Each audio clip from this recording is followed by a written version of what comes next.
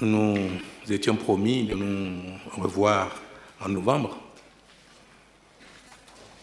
mais le temps qu'on s'est donné pour rendre la copie n'a pas suffi. Mais mieux vaut tard que jamais. Nous avons été rattrapés tous par les problèmes auxquels le monde est confronté. Nous devrions nous rassurer que la situation globale, notre situation propre, ne nous mettrait pas en difficulté longtemps, durablement. Et il a fallu analyser notre situation propre et la situation du monde avec attention, faire les projections nécessaires avant de nous engager dans la dernière ligne droite des propositions à faire pour le relèvement des salaires des agents publics. Chose qui, une fois arrêtée, décidée, mise en œuvre, ne peut plus faire demi-tour. Et nous avons convenu de vous faire le point, suggérer, présenter ce qui a été retenu, ce qu'il a été possible de retenir. Vous le soumettre, recevoir vos appréciations, vos suggestions, et voir, nous espérons bien dans quelle mesure nous trouverons bien, soit un consensus, avant de soumettre tout cela au grand jury de demain, mercredi, Conseil des ministres.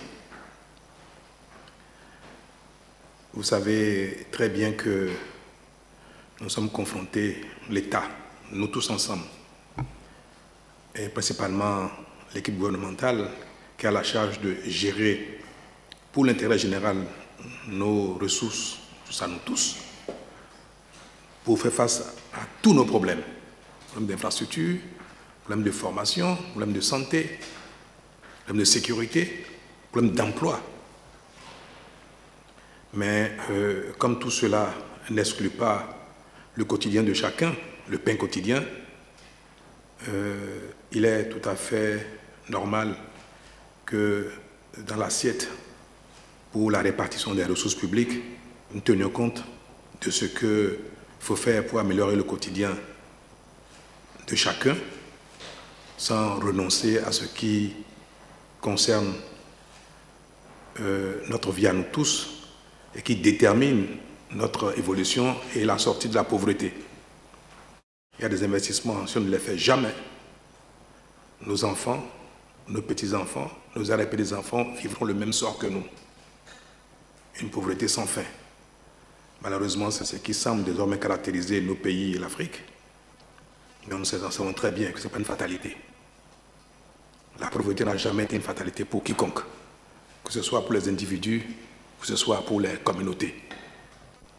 Ce qui fait qu'on s'installe dans la pauvreté, c'est quand on refuse de faire les efforts nécessaires, on refuse de consacrer le peu qu'on a à nous développer. Quand on consomme le peu qu'on a, on vit dans la pauvreté éternelle. Nous avons fait un choix différent.